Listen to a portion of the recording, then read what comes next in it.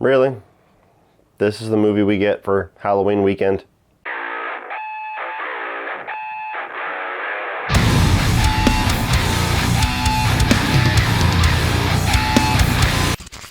What is up, guys, and welcome to my review of the new film Pray for the Devil. Now, full disclosure, I am not the biggest fan of exorcism, demon possession movies. Of course, there are the few great ones out there that we can pretty much all agree on, but it's a subgenre that I feel like has just been done to death.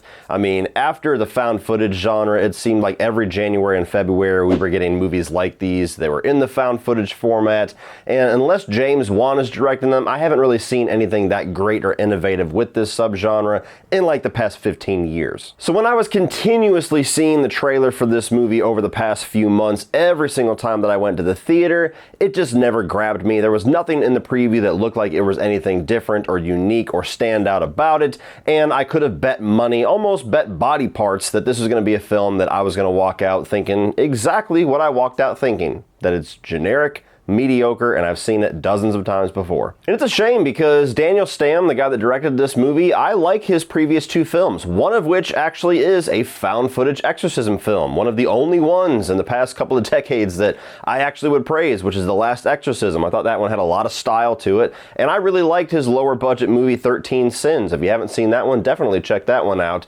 But this movie, not his best. So with all that being said, let's go over the positives of Pray for the Devil, and I did think that Jacqueline Byers does really good as the central performance. Her character is essentially this nun that is in this school that learns about exorcisms and demon possessions, and she's essentially the only nun in this class. Everybody else are priests and pastors and higher ups in the Catholic Church, and so while they don't go in any heavy-handed form whatsoever, they barely even address it at all, she's kind of like the girl entering in a guy's world in this movie, and she has a little bit of a trauma in her past as well regarding one of the demonic presences that is throughout the film. And so for all the things that is required of her character and engaging with all of the otherworldly things that continuously ramp up throughout this movie, she did good. I also like the setting of the movie. It takes place within this Catholic prison style school. There's like all of these high-tech glass security doors, and so the movie kind of almost has the vibe of a prison flick for a while, and eventually they descend down into like these old school catacombs, and so it has more of a gothic flavor later on. That was about the only thing visually going on screen that was keeping me interested, was the settings. And that's really all I have to say positive. If you like these types of movies, if you just eat up demon possession stuff and almost all of the movies that you have seen in this subgenre you enjoy, you're probably going to like this much more than I do, so just check it out and make up your own mind with it. But as somebody that was skeptical walking in and had low expectations, the movie just delivered every single thing that I knew it was going to deliver, to the point where I could have walked out of this film halfway through, and if I wasn't set to review this, I probably would have in any other context.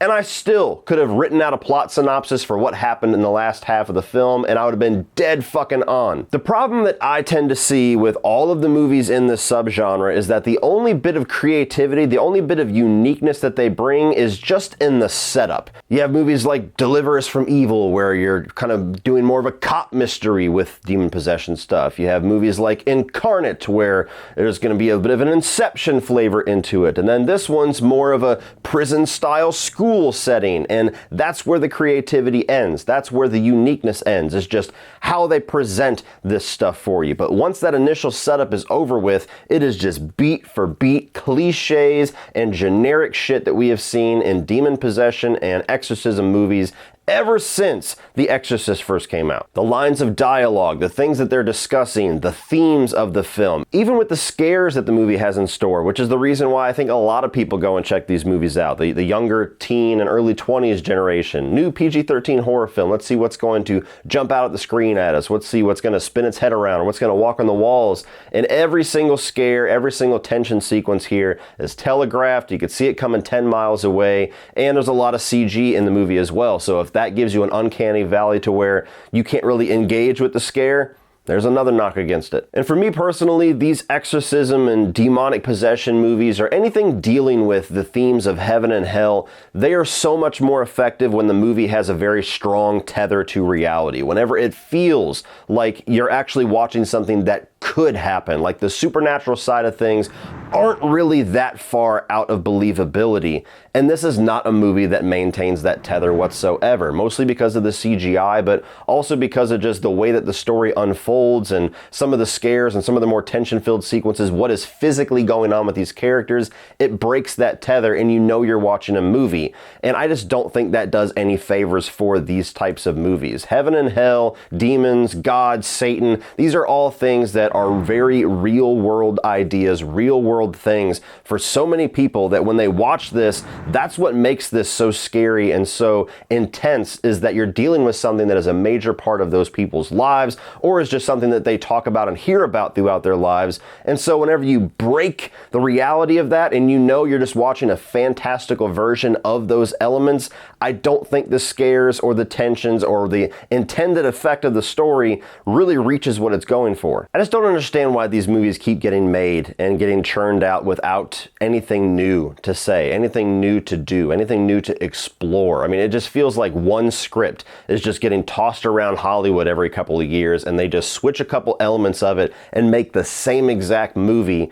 And in a year like 2022, where we have had some of the best run of horror films that we have had in arguably decades, this is a movie that just completely is forgettable. You're going to walk out of this thing and not even remember what the hell the title is. You're going to think of Deliver Us from Evil, Incarnate, that new fucking exorcism thing. I don't know. This is not the worst. It's not even among the worst movies of the year. It's not a movie that insults me or angers me on any level. It's perfectly fine. I watched it. I'll never watch it again, but I'm not walking out angry about it or insulted or feeling like I need to prevent people from watching this film. Please check it out if you're interested in it, but it was arguably the most bored that I've been this entire year, and I have seen almost 70 films in the theaters in 2022. Narrative cut from the same cloth as so many other things, the visuals painted with the exact same brush, and all of the scares yanked out of the same tired bag of tricks. So all in all, guys, unfortunately, October ends on a giant whimper. I wish that we could start getting some of the best horror films of the year on Halloween weekend, but it seems like they always try to put those earlier in the month.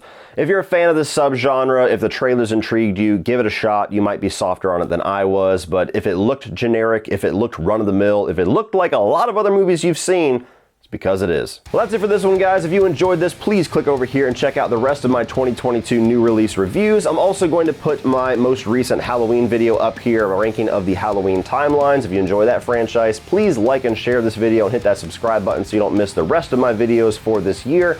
And as always, remember, opinions are like assholes, but that doesn't mean you have to be.